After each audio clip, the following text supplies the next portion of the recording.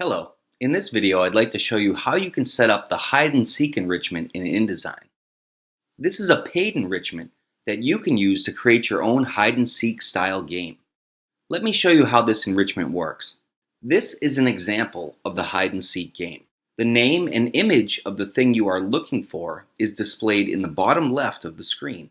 If there are multiple instances of that object, you also have an object count, which can also be displayed to let the player know there are more images to find. You can scroll the image left and right to find the named object. When you click on that object, a sound is made and an X appears over the object. You are then instructed to find the next object in the order you made your objects that need to be found. Once you find all the defined objects, a congratulations screen appears and you hear the clapping sound.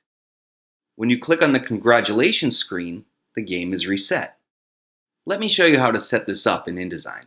This page has been created for digital publishing at 1024 by 768. I've also created a horizontal AveMag project and imported this document into the project. I'll make a frame using the rectangle frame tool in InDesign that is the same size as the page. Next, I'll import an image as a placeholder into that frame. This is for the preview of the page you would see in the menu. If you are building this in a single page for testing purposes like I am, it is a good idea to make a home or quit button so you can get out of this page and back to the Aquafadas Viewer app. I already have a button defined on a top layer called Home. In the Ave Interactivity panel, I assigned the button enrichment to this image. I created a tap action and told the reader to execute the quit command.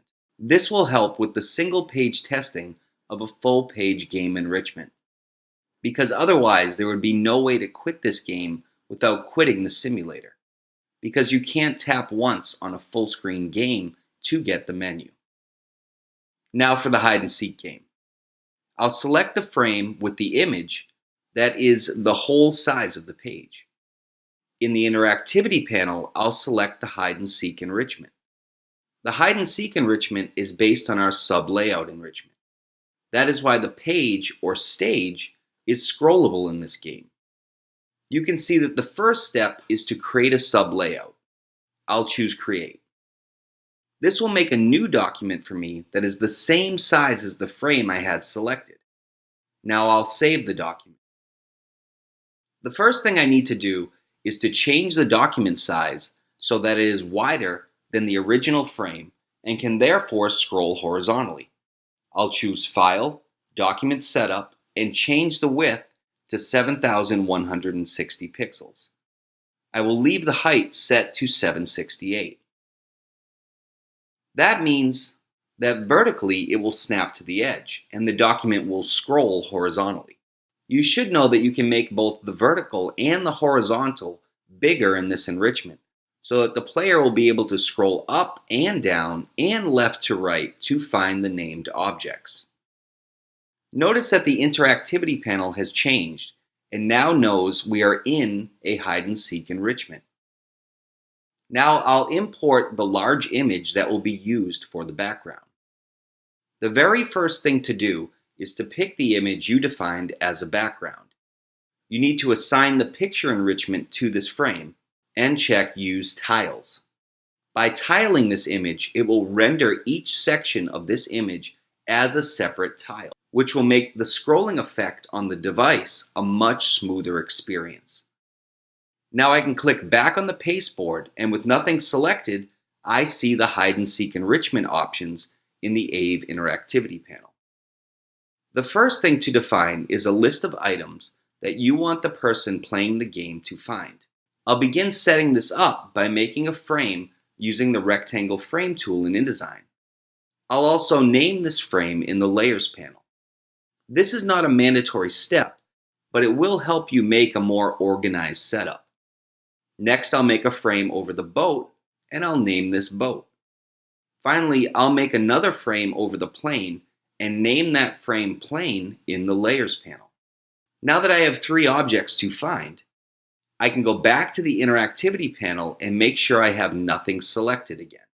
I can now define each item in the order I want the player to find them. This is not a random order.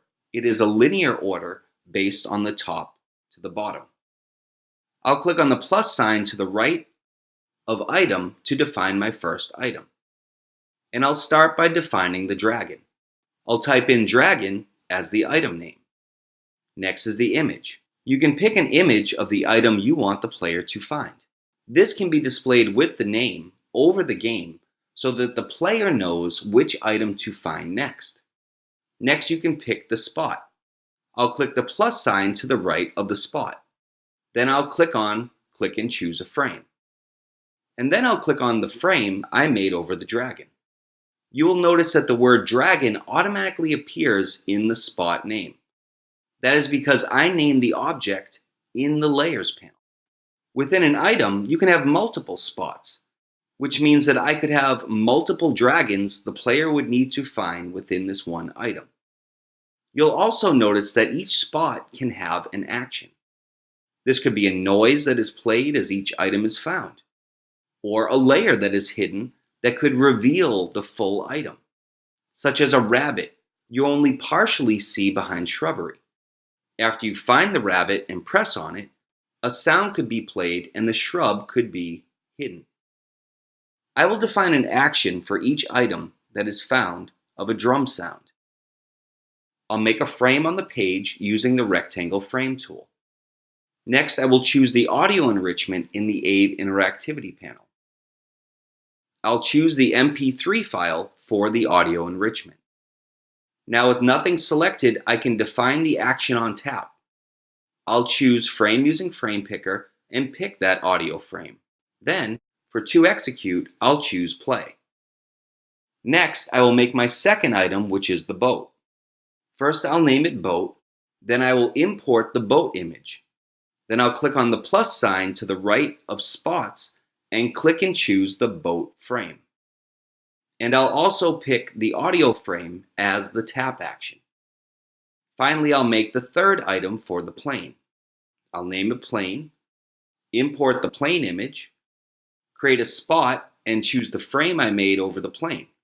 And I'll also pick the audio frame as the tap action. Before I save and close this sub layout, I need to remember to hide the audio enrichment in the Layers panel so that it doesn't show the default audio player in the file. Now I can save and close. Now that we have defined the canvas for the game and the things that need to be found, we can set up the game controls in the parent document. With the hide and seek game selected, I can choose a marker. This is the red X we saw appear over items we already found at the beginning of this video. I'll choose that graphic. The next three things are the interface for the player. The model is the image we defined for each item that needs to be found. It can be displayed over the game to let the player know what item needs to be found next. The spot title is the label or name we named each item or spot. And the spot count will tell you how many spots you have found for each spot. The model is just an empty rectangle frame. The spot title and spot count are text frames. You can define how you want each of these to appear and apply a paragraph style within each empty text frame so that the text will have the look and feel you want. Finally, this has three actions on finish. The first is to play an audio enrichment of clapping I have on a hidden layer. The second is a reset action I made using Frame Picker. I picked the hide and seek game and chose reset. This means that after the game is finished, the game will automatically reset. And lastly, I have a congratulations window that will appear. This is just a black frame with the words congratulations. The frame has an opacity applied so that you can still see the reset game in the background. The action is to show the congrats window. And the action on that frame is to hide the layer again.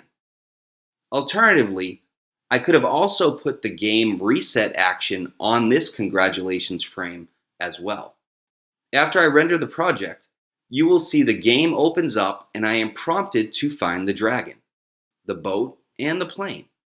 I hear the drum sound as each is found. Once all three are found, I hear the clapping. The game is reset and the congratulations window appears. I click on the congratulations window and I can play the game again. I hope this video helped you create some really great interactive games for your readers using the Aquafadas toolset. Have fun exploring. Thanks for watching.